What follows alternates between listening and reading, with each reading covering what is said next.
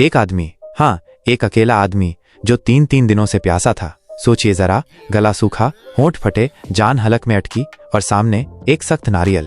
ओहो, उस नारियल को तोड़ने के लिए उसने क्या क्या नहीं किया होगा। अपनी पूरी ताकत लगा दी होगी, लेकिन असफल, हर कोशिश बेकार। लेकिन उसने हार नहीं मानी। उसके अंदर जीने की आग धधक रही थी। उसने उस नारियल को पत्थरों पर घिसा, रगड़ा। एक एक पल भारी था, उम्मीद टूटती जा रही थी।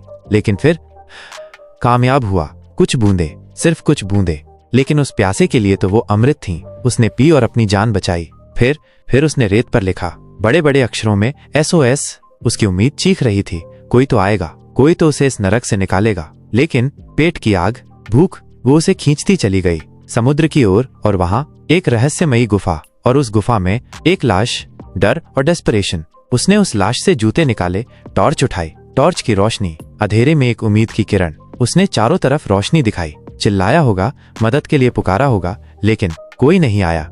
अकेलापन, वो उसे अंदर से तोड़ रहा था। उस भयानक अकेलेपन में उसने एक बॉल को दोस्त बना लिया। हाँ, एक मामूली सी बॉल, लेकिन वही तो उसका साथी थी। और फिर उसने कोशिश की, लगातार कोशिश की, और आखिरकार आग। उसने आग जलाना सीख लिया। अंधेरे में रोशनी, ठंड में गर्मी, एक और जीत।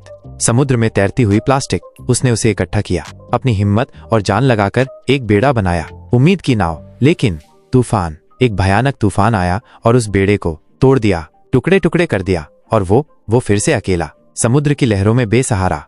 लेकिन उसकी उम्मीद अभी भी जिंदा थी। वो हारा नहीं था। वो जानता था, कहीं न कहीं जरूर कोई किनारा होगा।